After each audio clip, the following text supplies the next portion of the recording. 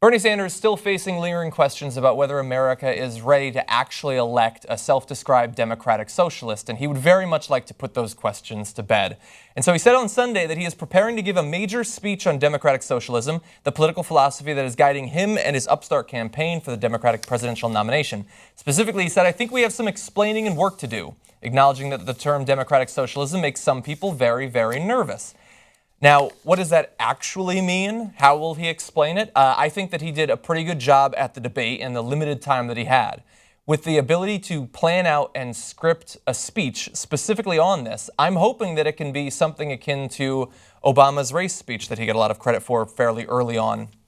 And look, I don't know if the American people writ large, we have a couple of polls which we're going to get to if they're ready to elect a socialist, but when you actually hear about it, he advocates for free tuition at public colleges and universities, a single-payer healthcare system, guaranteed family leave for workers, a massive federal jobs program to put more people to work and to fix the country's infrastructure, broader expansion of Social Security benefits paid for by scrapping the cap on payroll taxes.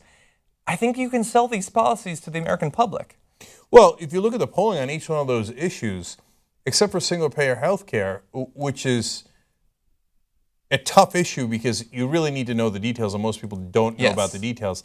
But if you took, for example, the public option, right, which is not single-payer healthcare, but it gets us a lot closer than Obamacare does, it polled in the 70s for all Americans, including Republicans, okay? But even if we eliminate that and say, let's mark that one against him, on every other issue, the overwhelming majority of Americans agree with Bernie Sanders. Yes. So if that's Democratic Socialism, apparently an overwhelming majority of Americans are Democratic Socialists. They just don't know it. Yeah, which might, by the way, literally be true. Because, so I'm curious to see how he's going to define it. But in this, one of the articles, for example, in Washington Post, they said, well, he's not going to do any takeover of private industry like socialists would. No, but wait a minute. That's, no, not necessarily what socialists would do at all. Yeah. Communists take over all private industry. Right? Now, socialism is a mix. So some parts of the economy and the industry and the government are run by the government, I should say, and some are run by private entities. Yeah. But that's the system we have now. That's America. Right. So, for example, if we had privatized military and somebody said, you know, maybe that's weird to make a profit off of protecting the country. Maybe we should have the government run the military. Communist. I guess they'd say, oh, the government take over the military and the Defense Department. It's outrageous. Or, hey, if we had private firefighters, and look, I pay, so my house is protected. Your house isn't. Sad day for you. It's going to burn to the ground. And we say, feel the burn. Hey, maybe the government should make sure nobody's house burns. Oh, takeover! Government takeover over firefighters. They're going to take over the teachers next, right? So well, they want that to be private too, right? And the post office and probably the firefighters. I'm surprised that hasn't come up yet. Yeah, people are very scared of and hate socialism so long as they have no idea what that word means. Yeah. But they've been taught that the control of political language is not just some esoteric academic ivory tower sort of thing. We are seeing what it actually does in real life in America right now. These are the policies Americans want, but because he describes himself in a way that they've been told is evil, they don't like it. Even though he says democratic socialism, he's not even really a Democrat. He's a social democrat. He's a Democrat from 40 years ago. That's effectively what he is. The rest of the Democrats have become much more right-wing, particularly when it comes to the scope and breadth of government and the power that we should give to private industry and to the richest in our country. They've moved to the right, and so suddenly he's Lenin. He's in the same position as most of the Democrats would have been in the 60s and 70s, especially the 50s. Very in favor of the workers, willing to do a lot in terms of government to set up programs like the Great Society, like various...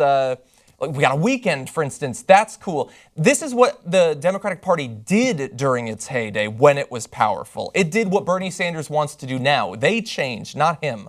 So look, the Democratic Party has moved so far right-wing that they make Ronald Reagan on many issues look like a liberal. So Ronald Reagan gave blanket amnesty to millions of undocumented immigrants. If a Democrat proposed that now, they'd be laughed out of the building, right? So Ronald Reagan on that issue was far more liberal than any Democrat.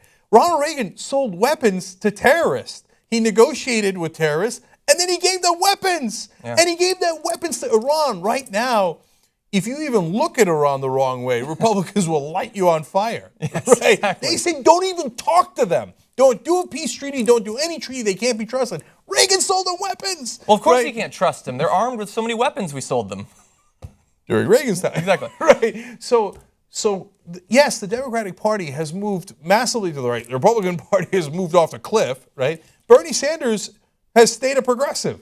And for this, now you have to explain yourself. Why haven't you been as corrupted as the rest of the parties in this country? The Democratic Party and Republican Party have agreed to turn over all power to the rich and powerful. Mm-hmm. Why haven't you done that? Explain yourself. So, look, I don't know what he's going to say in the speech. But if I was giving this speech, I'd say, hey, you knuckleheads, it's a mixed economy, as almost every economy in the world is. Some things are done by the government, teachers, cops, firefighters, military, etc. Some are done by private industry. Do I want the government to make Nikes and Coca-Cola? No, I don't. Nobody in this country does, okay? Do I say the government should stay in the business of the military and teachers? Yes, I do say that. You want to blame me for that? Have at it, Hoss, okay? Now, where we actually disagree is, hey, how much should the government be involved in protecting you, not just in defense, and giving you opportunity not just in school, right? But I'm going to go from elementary school, for example, on the opportunity issue, from elementary school and secondary school, yes. I'm going to also say you also should get an opportunity at a better life and the American dream by giving you free tuition. You want to make a counterexample? Great, or a counter policy. But don't get in a name go, oh, you're socialist, because that means you are stupid. Yes. Okay? And I'm challenging the media and the rest of the country to be smarter than that. And so that's the opportunity side. On the protection side, I say, hey, you know what? I got to protect your life through the military, through cops, through firefighters. I should also protect your life with single-payer health insurance. Yes. That's a legitimate argument to make. We're not taking over ExxonMobil. Yeah. We're saying there are some things the government does do better. And if that makes your head explode, that's because you're a stupid person. Exactly. Yeah, the government's supposed to protect you, not just from Russian tanks and suicide bombers, but from starving to death in the streets and things like that. That's its job. And by the way, I'm going to leave this on a good note. A 2011 report by the Pew Center shows that while most Americans still view the word negatively, talking about socialism, 49% of 18 to 29-year-olds reacted positively to socialism, compared with 46% who viewed capitalism positively. So it's actually beating capitalism amongst the young. And that's 2011. That number is probably much higher now. Because what happened is the internet has won. And so in the past, you just have TV whose job is to suck up the power. Say, capitalism is great, run by a bunch of capitalistic companies, corporate companies that run all the media that tell you how great multinational corporations are. Now, look, I say it all the time. I'm a capitalist. But what I mean as a capitalist and what Bernie Sanders means as Democratic Socialist is almost identical. Yeah. Because we live in a mixed economy. But the propaganda from the television is, corporations are great, you should bow your head, okay? And government can't do anything right, you must privatize everything, right? Like, oh no, teachers, boo, boo, sons of bitch teachers, they're the ones with all the powers, right? Okay, it's absurd, it's absurd. So, but now people are not just getting their news from TV, they're also getting it online. And so Frank Luntz, the top Republican pollster, several years ago told the Republicans, oh no, I've never seen this before. The word capitalism is now polling very badly, not just among the young, but across the country. So that was after 2011, okay? He told the Republicans, stop saying you're a capitalist, okay? Stop talking about how great capitalism is because the country doesn't believe you anymore. So we're in a whole new world. They're wondering why Bernie Sanders is doing well, even though he calls himself a Democratic Socialist. It's because it's no longer a dirty word because we're not hooked on TV. We can actually get information from smart people.